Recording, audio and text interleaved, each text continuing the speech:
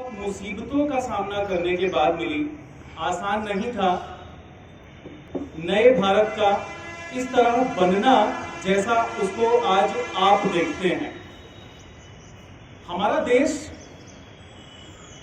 लगभग 562 छोटी और बड़ी रियासतों में बटा हुआ था। और वो रियासतें, क्योंकि जब देश आजाद हुआ, यहां से अंग्रेज जा रहे थे, तो उन रियासतों को एक विकल्प दिया गया कि अगर आप चाहें तो आप भारत का हिस्सा बन जाएं, अगर आप चाहें तो पाकिस्तान का हिस्सा बन जाएं, और अगर आप चाहते हैं तो आप स्वतंत्र भी रह सकते हैं।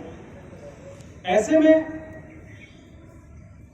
बहुत सारी रियासतें थीं जो अपने आप को स्वतंत्र रखना चाहती थीं, कुछ पाकिस्तान की तरफ जाना चाहती थीं, कुछ भारत में आना चाहती थी। सरदार वल्लभ भाई पटेल एक ऐसा नाम जो शायद आज की युवा पीढ़ी की स्मृतियों में कहीं ना कहीं धूमिल होने लगा था, और उनको पुनर्जीवित करने का काम किया हमारे देश के यशस्वी प्रधानमंत्री श्री नरेंद्र मोदी ने।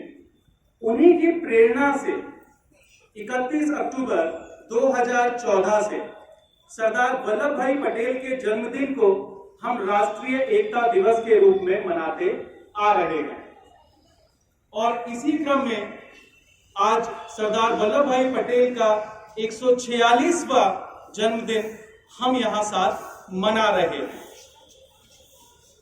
सरदार वल्लभ भाई पटेल भारत माता के उन वीर सपूतों में से एक थे जो दूरदर्शी, दृढ़ निश्चयी, कर्तव्य परायण और तीव्र बुद्धि के स्वामी थे।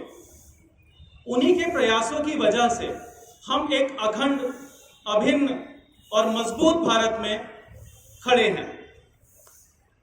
सरदार वल्लभ भाई पटेल का जन्म 31 अक्टूबर 1815, 31 अक्टूबर 1875 को गुजरात के नाडियाद में श्री झावेर भाई और श्री लाडवी देवी, श्रीमती लाडवा देवी के यहाँ एक किसान परिवार में हुआ था।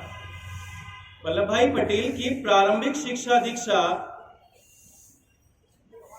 करमसद में पूरी हुई। तत्पश्चात वो आगे की पढ़ाई के लिए नाडियाद गए और उसके बाद उन्होंने इंग्लैंड से वकालत पूरी की और लौटकर अहमदाबाद में उन्होंने अपनी वकालत शुरू की। तीव्र बुद्धि का स्वामी होने के कारण जल्द ही उनकी गिनती एक नामी वकीलों में की जाने लगी। सरदार वल्लभ भाई पटेल का विवाह मात्र 16 वर्ष की आयु में हो गया था। झावेर बा उनकी पत्नी का नाम था। उनके 2 बच्चों में एक पुत्र और एक पुत्री थी। उनका वैवाहिक जीवन बहुत लंबा नहीं चल पाया। जब वो 32 वर्ष के थे तब उनकी पत्नी की मृत्यु हो गई थी। अल्पायु में ही उनकी मृत्यु हो गई थी। जिस समय उनकी पत्नी की मृत्यु हुई, सरदार वल्लभ भाई पटेल क्योंकि वकील थे, कचहरी में एक मुकदमे की सुनवाई में व्यस्त थे और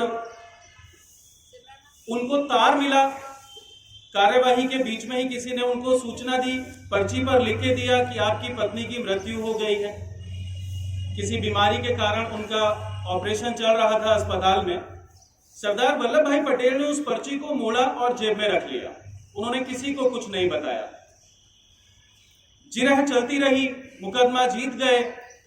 साथी वकीलों को, न्यायाधीश को पता चला कि वल्लभ भाई पटेल की पत्नी का निधन हो गया है।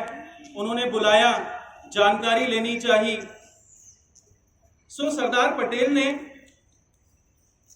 उन्हें बताया कि उस समय मैं अपना फर्ज निभा रहा था, जिसका शुल्क मेरे मुवक्किल ने न्याय पाने के लिए मुझे दिया था। मैं उसके साथ अन्याय कैसे कर सकता था। इतने दृढ़ निश्चयी और साहस से भरे हुए थे सरदार पटेल। ऐसी अनेकों घटनाएं उनके जीवन से संबंधित हैं जो हमें प्रेरणा देती हैं, जो हमें कहीं ना कहीं देशभक्ति से जुड़े रहने के लिए, अपने कर्तव्यों का निष्ठा से पालन करने के लिए हमको प्रेरित करती है। बचपन से कहते हैं ना कि भूत के पांव पालने में ही दिखने लगते हैं। मात्र 8 वर्ष के थे पटेल और अपने पिता के साथ खेत की तरफ जा रहे थे। किसान परिवार से थे, आर्थिक स्थिति बहुत अच्छी नहीं थी, लेकिन एक पहाड़ा, एक टेबल याद करते हुए जा रहे थे, अपनी ही धुन में थे। पिता आगे आगे चल रहे थे और पीछे पीछे पटेल चल रहे थे।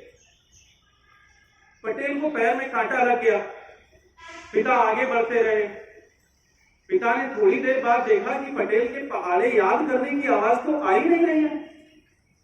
उन्होंने पीछे मुड़ के देखा तो देखा कि पटेल जमीन पर बैठे हैं, पैर में एक कांटा लग गया है और उसको निकाल रहे हैं।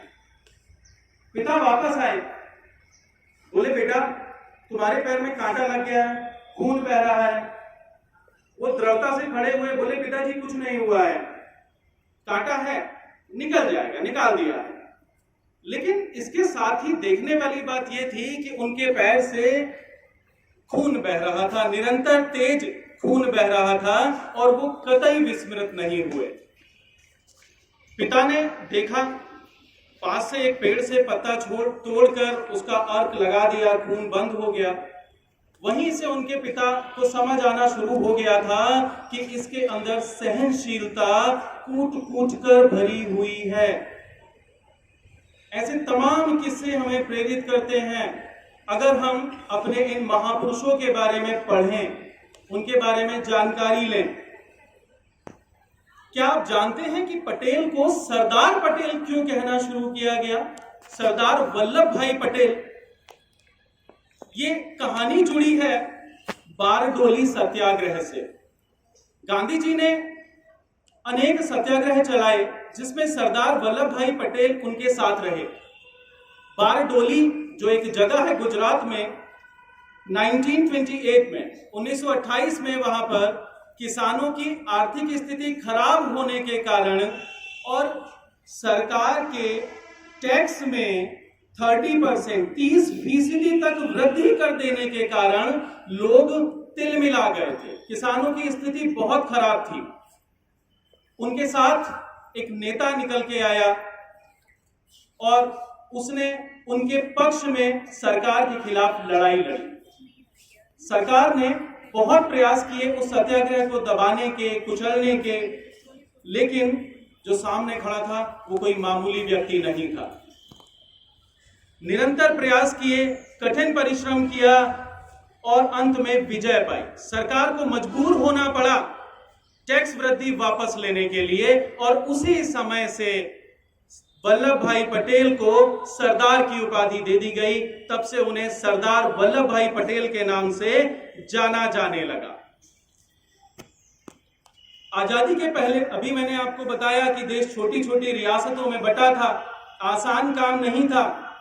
आज जैसा भारत आप देखते हैं, अगर हम अंग्रेजों के समय के भारत के नक्शे को देखें तो हमारी भारत भूमि की 40% जमीन उन देसी रियासतों के पास थी।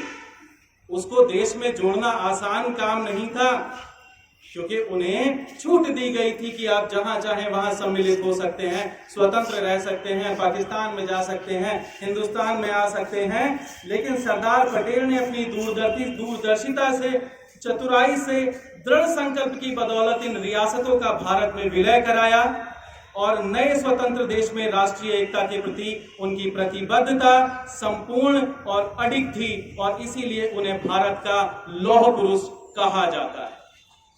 भारत माता की जय।